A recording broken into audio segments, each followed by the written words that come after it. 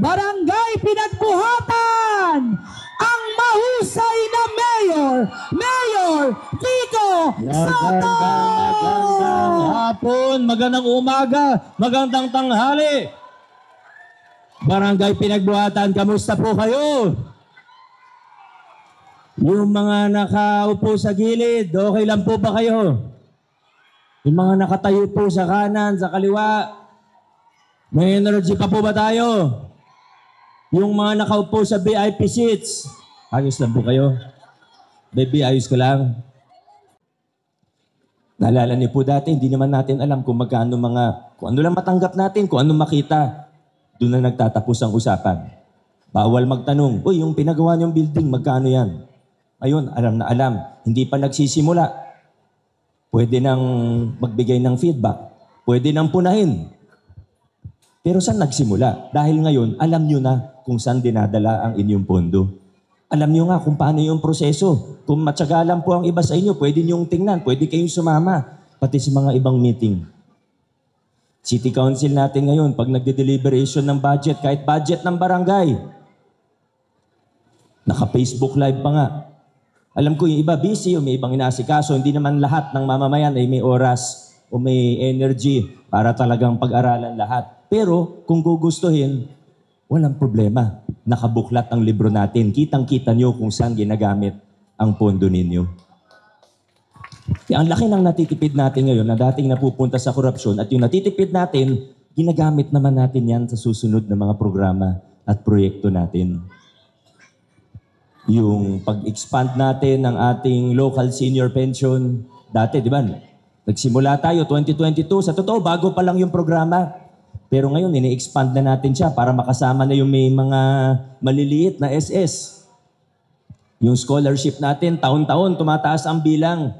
Sobrang bilis nga ng pagtaas ng bilang ng scholarship natin.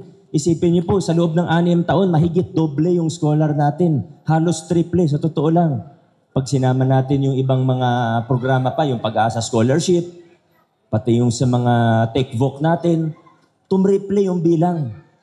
Halos ng mga scholar natin sa loob ng 6 taon na lamang.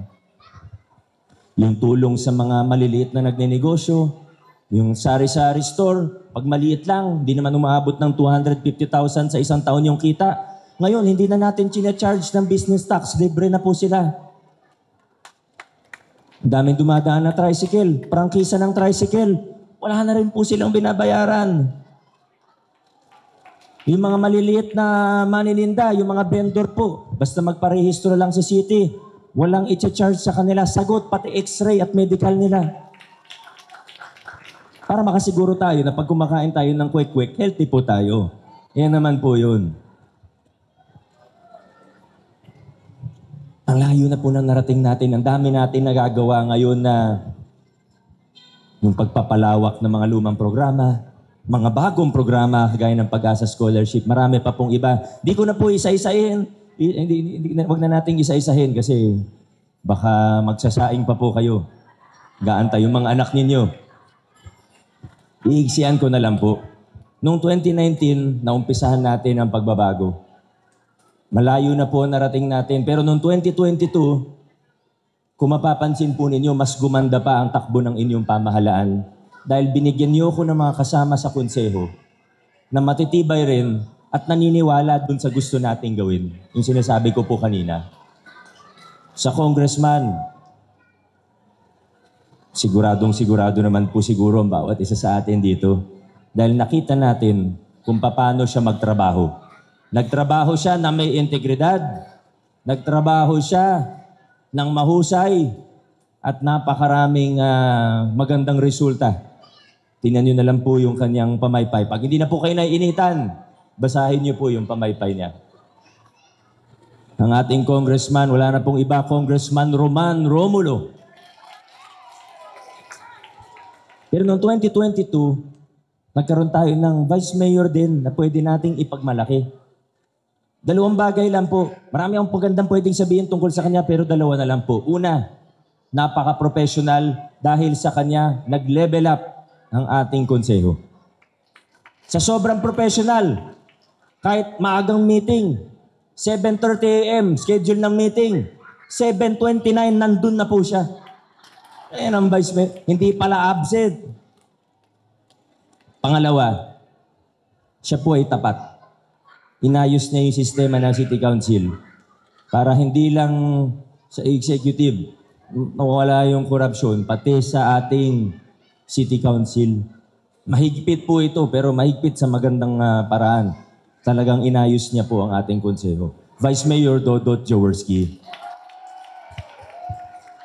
Meron tayong 3 kasama na papunta na sa kanilang ikalawang termino. Number 1 sa ating mga balota, maraming natulungan para makabitan ng legal at ligtas na kuryente imbis na jumper at submeter. Councilor Buboy Bumbilya ng Konseho Agustin.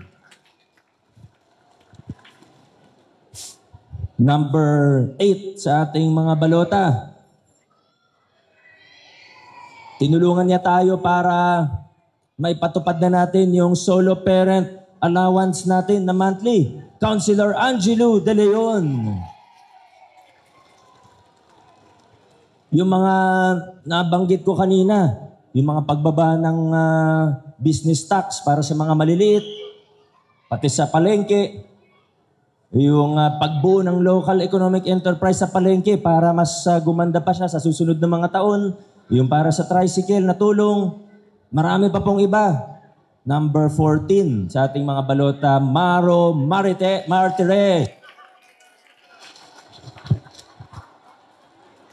Pwede rin naman Marites para pag-usapan nyo, kwento nyo sa mga kaibigan nyo. Pero meron din tayong 3 bagong kasama. Alam nyo, pag may nag-a-apply sa Giting ng Pasig, kasi ang totoo, maraming nag-a-apply sa Giting ng Pasig. Kaso, maingat tayo sa kung sino makakasama natin. Siyempre, pag sinabi natin na kasama natin to, dalhin po natin ito, ayaw naman natin na pagdating ng panahon, mapapahiya po tayo.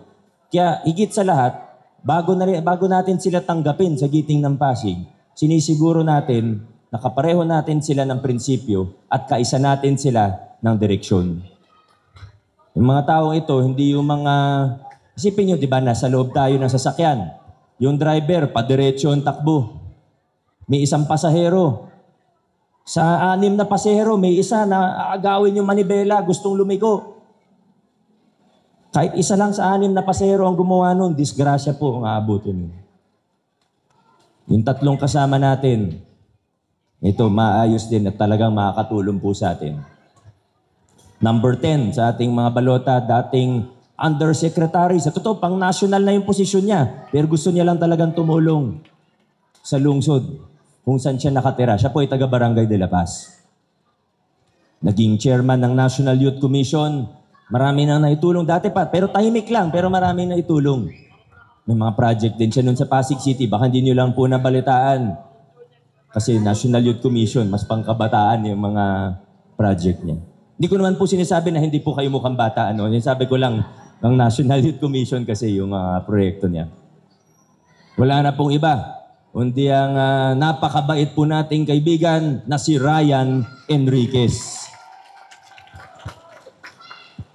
Yung number 13, alam niyo po yung pangalan? Warren ano? Anong Warren Insinso? Warren ano? Warren Tosino naman. Ay, nako. Tutulong sa atin, sa senior citizens. Marami rin experience sa larangan ng edukasyon. Warren Insenso, Tosino, Inocencio. Lahat na. Last but not the least, hinuli ko po talaga yung pinaka-cute na member ng Giting ng Pasig. Wow. Number 15 po sa ating mga balota, naging kagawad ng may bunga. Maganda yung programa niya sa yung laban sa malnutrition. Ito rin yung isa sa tinututukan natin ngayon. Baka sakali makatulong po siya sa atin. Lalo na yung first 1,000 days, hanggang 2 years old. Councilor Boy Raimundo. Marami na po tayong nagawa, marami na po tayong napagtagumpayan sa lungsod ng Pasig. Sa kasamaang palad, may ilan na gusto tayong umatras, pabalik sa mga lumang kalakaran, pero bilang mga Pasigenyo, naniniwala po ako na ayaw na natin bumalik pa dun sa mga lumang kalakaran na yun. tayo sa lungsod ng Pasig, hindi na po tayo liliko. Mas lalong hindi tayo U-turn. Dire-diretso lang po tayo mga kaibigan. Pasulong ang ating lungsod. Maraming salamat. God bless sa ating lahat. Muling ibang astig ng Pasig, Congressman Roman Romulo! Magandang umaga, Barangay Pinagbuhatan. Alam niyo po, hindi ko na po hahabaan. Pero gusto ko munang segundahan yung sinabi ni Vice Mayor Dodo Jaworski. Marami po sa atin dito, matagal na po kayo dito sa ating lungsod. Alam niyo po talaga na kung paano yung City Council noon at paano ngayon. Ibang-iba, yun ang po totoo. Nabago po ang kultura ng ating City Council. Nakita niyo po, narinig po ninyo yung bawat konsihal at yung mga programa na nagawa na. Kaya sa totoo, sana straight giting na natin. Kasi sa totoo, napakaraming, yung kultura napakaganda na po ngayon. Vice Mayor Dodot, maraming salamat. Ito po, magkikwento na lang po ako para mas mabilis. Pero yung kwento ko po ito, nasabi ko na 2022. So yung nakarinig na, pasensya na lang po. Pero campaign period maganda lang maulit yung kwento. Alam po ninyo, may isang politiko na namatay. Nung namatay siya, pagising niya, kinabahan siya. Saan ako mapupunta? Sa langit o sa impyerno? Pero nung nagising siya, ang nakita niya nandun banda sa harapan niya, si San Pedro. So sabi niya, kung si San Pedro nakita ko sa isip niya, mukhang langit na ako. So excited siya. Pumunta siya, linapitan niya kagad si San Pedro. Paglapit niya kay San Pedro, sabi niya, San Pedro, maraming salamat ha. Halika, talagang gusto ko talaga makalangit. Buti ikaw sumalubong sa akin. Halika na po, punta na tayo sa langit. Sabi ni San Pedro, sandali lang. May bago ng polisiya ngayon. Kailangan ang pipili yung individual. Sabi ni San Pedro, ikaw ang pipili kung saan mo gusto. Sa langit o sa impyerno. Sabi ngayon ng politiko, ganun po ba? Walang problema. Langit na pinipili ko. Gusto kong pumunta ng langit. Sabi ni San Pedro, hindi. Kailangan makita mo muna pareho. Makausap mo pareho para alam mo kung ano yung talagang gusto mo. So sabi niya, saan mo unang gusto pumunta? Sabi ng politiko, San Pedro, gusto ko talaga sa langit. Sige, unahin na natin, doon na tayo. Pumunta silang langit. Pagbukas ng pinto, pagpasok niya ng langit, eksakto po yung naisip ng langit. Maaliwalas, maganda yung klima, mababait yung tao, mabubuti. May kumakanta po, yung mga anghel kumakanta po. Tapos nakita niya, masaya naman yung mga tao. So sabi niya, San Pedro, hindi ko na kailangan makita impyerno, okay na ako, ito pipiliin ko. Sabi ni San Pedro, hindi fair yon. Tingnan mo rin. Sabi niya, kung kailangan, sige po. So sabi niya, saan po ako pupunta? Sabi ni San Pedro, doon lang. Makakapunta ka na sa impyerno. So mabagal po, ayaw niya pumunta talaga. Ang bigat ng paa niya. Nung bubuksan na niya yung pintuan, medyo kinabahan na talaga siya. Dahil sabi niya, mainit dito. Sigurado madilim. Siguro ang lungkot ng mga tao. Pero sabi niya, kung kailangan gawin, gagawin ko. Pagbukas niya ngayon ng pintuan, nagulat siya. Sinalubong siya ni Satanas. Pag salubong sa kanya Satanas, hindi madilim. Ang aliwalas rin. Ang ganda-ganda rin. Tapos, sabi sa kanya ni Satanas, anong gusto mong gawin? Baka tagal ka na hindi kumakain, kain ka muna. Medyo naisip niya, teka, masarap ba pagkain dito? Impyerno to eh. Pero siyempre, ayaw naman niyang magalit si Satanas. Sabi niya, sige po. Sabi ni Satanas sa kanya, anong gusto mong kainin? Siyempre, sabi niya kahit ano. Sabi ni Satanas, isipin mo, ano gusto mo kainin? So inisip na lang niya, pagpasok nila ng sunod na kwarto, may buffet. Lahat ng pagkain na inisip niya, lahat ng gusto niya, andoon. Nagulat siya, sabi niya, lahat ng paborito ko nandito sa buffet. Sabi ni Satanas, kumain ka na. So kumain siya, ang sarap. Hindi siya makapaniwala. Pagkatapos siya kumain, sabi niya kay Satanas, paano po ito? Parang ang daming tao dito, di ba?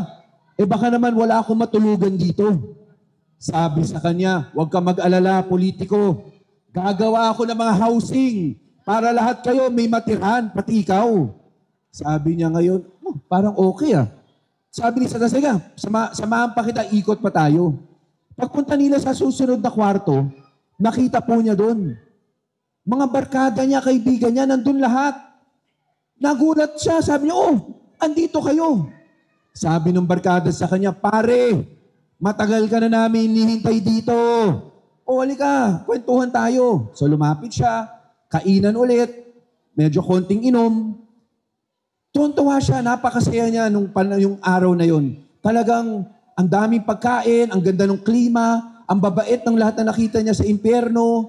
Tapos yung mga barkada niya, kasama niya, medyo napagod. Katabi niya, tama. Pag sandal niya, sa sobrang lambot, nakatulog siya. Pagising niya ngayon, wala na siya doon. Ang kaharap niya ulit, si San Pedro na. Sabi ni San Pedro, politiko, andito ka na.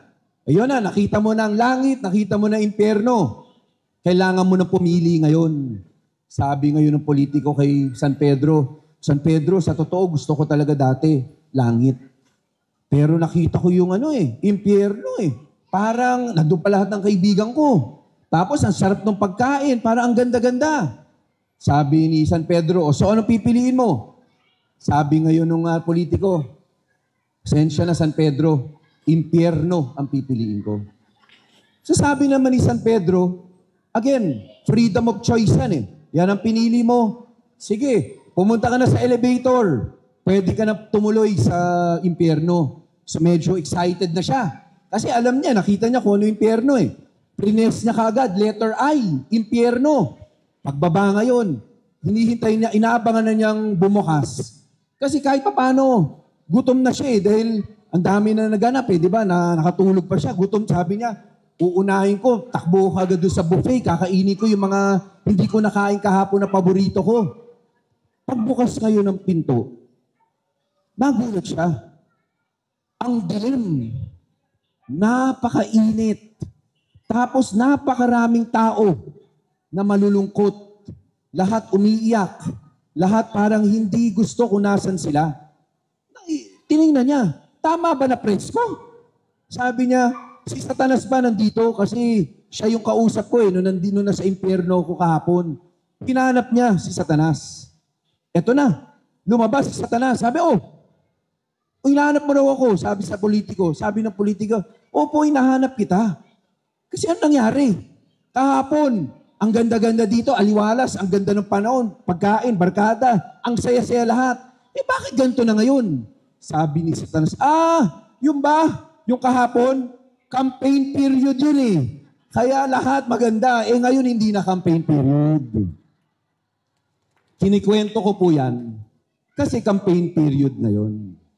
Ang totoo, maaring marami ang lumalapit, nangangako, kung ano-ano ang pwedeng temptasyon, pero alam natin ang totoo at alam po ninyo ang totoo. Alam po ninyo kung sino yung kasama ninyo noong mga araw na walang kampanya, noong mga araw na nangangailangan kayo. Kaya sana po, mag-straight gating na po tayo. Vice Mayor Dodot Jaworski! Alright, magandang umaga po sa ating lahat. Salamat po sa napakainit yung pagtanggap sa buong giting ng Pasig. Sa inyong mga ngiti, pagsalubong namin sa pagbahay-bahay sa inyong mga lugar. Alam nyo, 10 araw na lang, election na. Di ba? Kaya kami ay nagpapasalamat. Ngayon pa lang, dahil sa aming pag-iikot, ramdam namin na alam ng taong bayan yung ginawang trabaho at paninindigan ng giting ng Pasig itong nakaraang 3 taon. Kaya ngayon pa lang magpapasalamat na po kami sa inyo.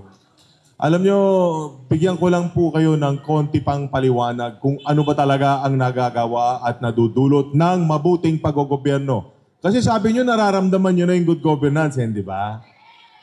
Pero bigyan ko kayo ng ehemplo based on yung mga totoong mga figura, no? 2019 kasi pag upo ni Mayor Vico, ang una niyang termino, minana niyang budget ay 10 billion. 10 billion pesos. Tinamaan tayong pandemya, di ba? Pero imbes na bumaba pa yung ating income o budget, tumaas pa. By 2022, naging 13.5 billion. 2022, binoto niyo naman yung giting ng Pasig. Tama? By 2023, naging 15 billion. 2024, naging 17.2 billion. By 2025, nabanggit na ni Councilor kanina, ngayon 22.4 billion na po ang budget natin. So ito po yung bunga ng mabuting pag-gobyerno. Sa loob po ng halos 5 taon lang, mula 2019 hanggang umpisa ng taon na to, hindi pa nga natapos yung taon lumaki na yung budget natin mula 10 billion to 22.4 billion. Ngayon, ano ba ibig sabihin pag yumaman ang lungsod natin? Una, dumadami po ang nabababa natin serbisyo, programa at proyekto para sa taong bayan. Katulad ng social services po natin. Ito po, magre-report na rin po ako sa inyo para alam nyo yung nangyayari po sa ating lungsod. Ang senior citizen natin, unahin natin. Ang dami natin senior dito. Ha? Mga seniors? Ayan. Para po alam nyo, ang budget ng OSCA, itong taon na to is 477 million. OSCA po lang po yan. Pinakamalaki yan sa senior citizen budget po natin. Kasama po dyan yung ating pamaskong handog. Di ba, tuwing Pasko, meron kayo natatanggap. Pero ito, rewind tayo ng konti. Bago naging mayor si Mayor Vico, before 2019, natatandaan niyo ba, lahat ba ng senior natin may benepisyo? Hindi, di ba? Namimili lang. Kung sino yung malapit sa kusina, meron siya. Pag hindi ka kasama, hindi ka kilala, wala ka, out ka. Para patunayan sa inyo, ito, i-check nyo sa records po. Dahil ito, chinek po namin. Noong 2019, ang nakuhang membro o nakalistang membro ng senior citizen natin, 40,000 lang po. 40 ha. Alam nyo ba kung ilan na membro ng senior ngayon? Nung sinabi ni Mayor Vico, lahat ng senior natin, hindi yan issue kung kakampi o kalaban, basta yan senior residente ng ating lungsod, irehistro natin sa Pasig. 79,200 ang membro po ng ating senior citizen yan. Magandang umaga po sa inyo lahat. Asa na magsumbrero ko, baka mamaya masilo kayo. Kasi mamaya, magsasalta si Corsi Boy, masisilaw na naman kayo. Baka mamaya, medyo maano na yung mga mata ninyo, ha? Kaya, Corsi Boy, ako na muna magsusumbrero, ha? Parang tayong dalawa Parang kambal na itlog. Magandang umaga sa inyo lahat. Magpapakilala muna ako. Nais ko muna bago ako magpakilala, nais ko muna batiin ang aking idol, Corsi Cory Raimundo. I love you, idol. Champion ng edukasyon, si Corsi Cory Raimundo. Ako po si Consial Buboy Agustin, proud member ng Giting ng Pasig. Nakaka-proud maging member ng Giting ng Pasig dahil meron tayong napakahusay, napakagaling, napakabait na Mayor Vico Soto. Tama? Alam niyo, pag narinig niyo yung good governance at saka anti-corruption, sino unang pumapasok sa isip ninyo? Mayor Vico, di ba? Dahil nga tunay namang champion ng anti-corruption at good governance, di ba? Palakpakan naman natin si Mayor. Magandang umaga po sa inyo. Ako po ang anak ni Konsihala Cory Raimundo. Kailan niyo pa si Konsihala Cory? Yan. Kung kilala niyo rin si Boy Raimundo, yun ang aking tatay. Pag pinagsama niyo yung Boy at Cory, Boy po ang kalalabasan nun. May tanong lang ako sa inyo mga taga-pinagbuhatan. Pag si Vice Mayor po ba pinagpawisan, pogi pa din? Di ba? Pero ba't gano'n? Nag-house tours ako kanina. Pinagpawisan din ako. Nagmukha akong roll-on. Para ako naglalakad na Rexona. Pero joke lang po. Alam mo, naalala ko po ito yung lugar. Dahil bakit po? 2 beses po ako ito nag-dog vaccine ko naalala ninyo. Bakit po? Kasi malapit po ang puso ko sa mga pets. Sana magkaroon ako ng pagkakataon, magkaroon ng batas para sa ating mga pets. Ako po ay pet lover. Fair parent po ako. Ayan. Siyempre, yung mga projects ko rito, kung naalala nyo, di ko si Hala Cory Raimundo, kasama yung kay Vice Mayor, ha? Yung Operation Cataract. 1,200 na po, operahan natin sa Operation Cataract.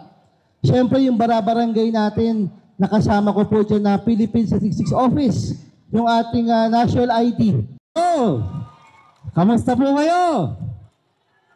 Ako po ba'y kilala nyo pa? Anong pangalan ko? Ryan?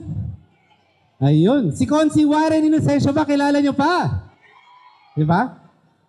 Di ba? Karang kailan lang po, noon tayo po ay nagkakita-kita at nagkakilala-kilala. Alam niyo naman po, noong 2022, ang sinapit po namin ni Consi Warren. Di po ba? Sabi niyo, ano?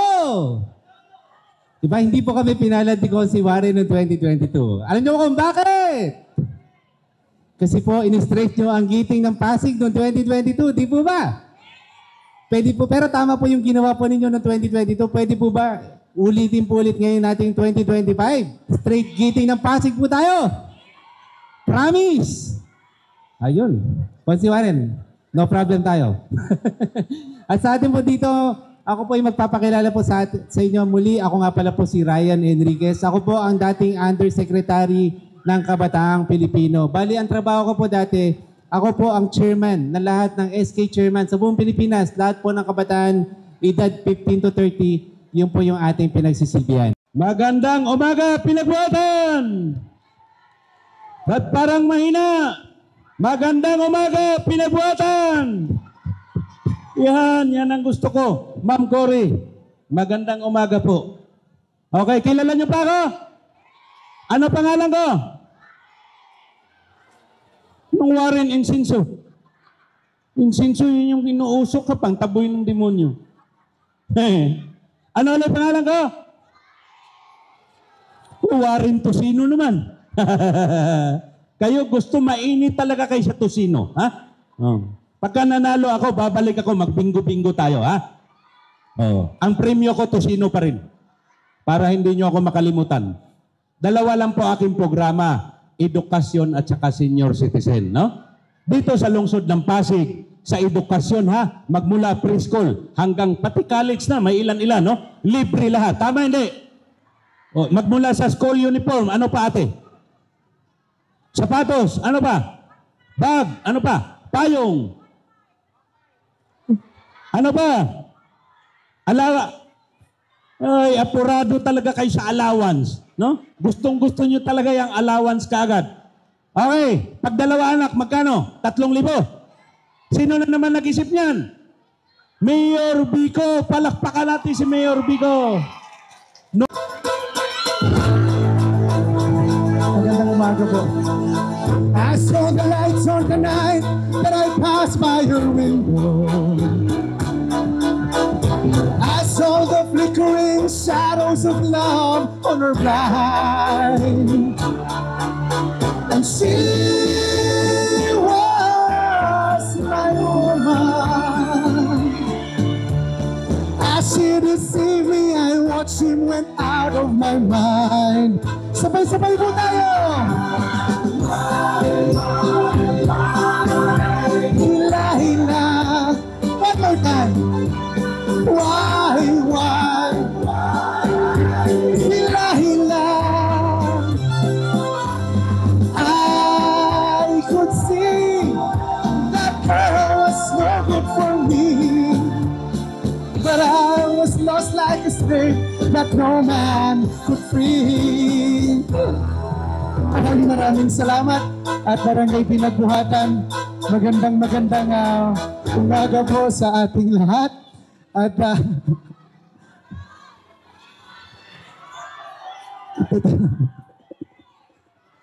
itutuloy natin.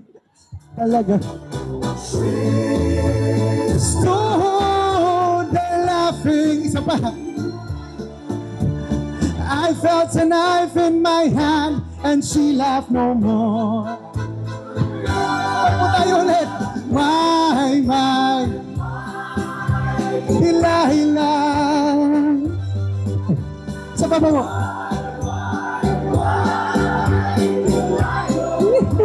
maraming salamat. And so before they come to break down the door, forgive me, Delilah, I just couldn't take anymore. Ay, okay na talaga. Maraming salamat po, Barangay Pinaguatan. At syempre, sa tiwala po na inyong binigay noong 2022, maraming salamat po. Palakpakan naman po natin ang ating mga sarili. At bilang konsihal, hindi po tayo nagpabaya. Ang trabaho kasi ng isang konsihal ay gumawa ng mga ordinansa at mga resolusyon na sa positibong paraan makakapagpabago ng ating mga buhay. Ang ginawa po natin, binukas po natin. Ginawa po nating available sa bawat Pasigueño ang pondo ng taong bayan at ang proseso ng paggamit po nito. Sa katunayan, mga kaibigan, ang pondo po ng ating lungsod ngayon ay halos 22.4 billion pesos na po. Sige, palakpakan po natin. Ganyan po kalaki ang pondo natin. Pero kahit tumataas po ang pondo natin, hindi po tayo nagpapahirap sa bawat Pasigueño. Hindi tayo nagtataas ng singil ng kahit anong buwis. Sa katunayan, binababaan pa po natin.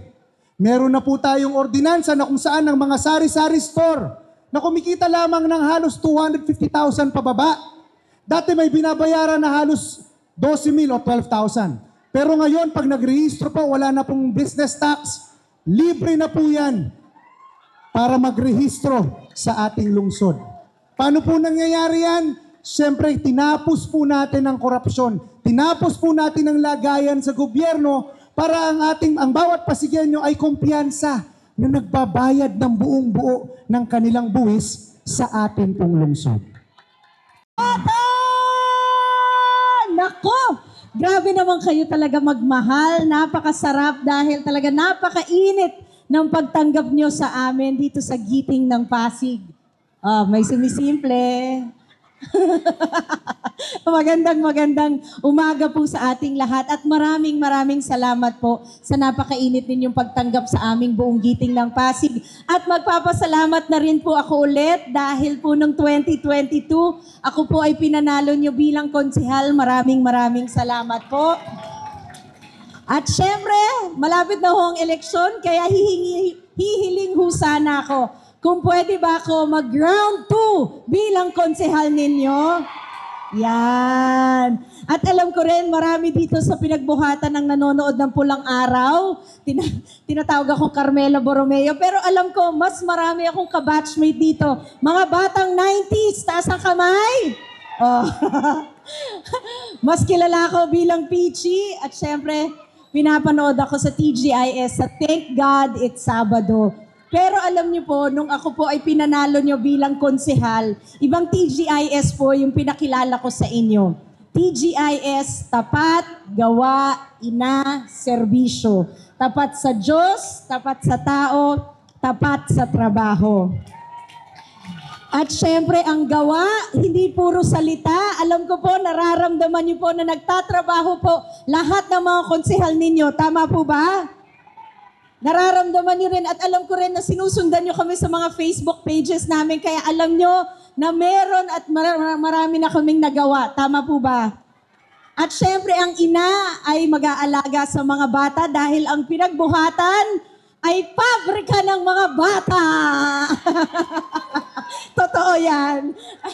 At syempre, dahil bilang isang ina at bilang isang babae, ipagtatanggol natin ang mga kababaihan, mas senior citizen man yan, persons with disability, lalong-lalo na po ang mga solo parents natin. Kailangan nating ipagtanggol.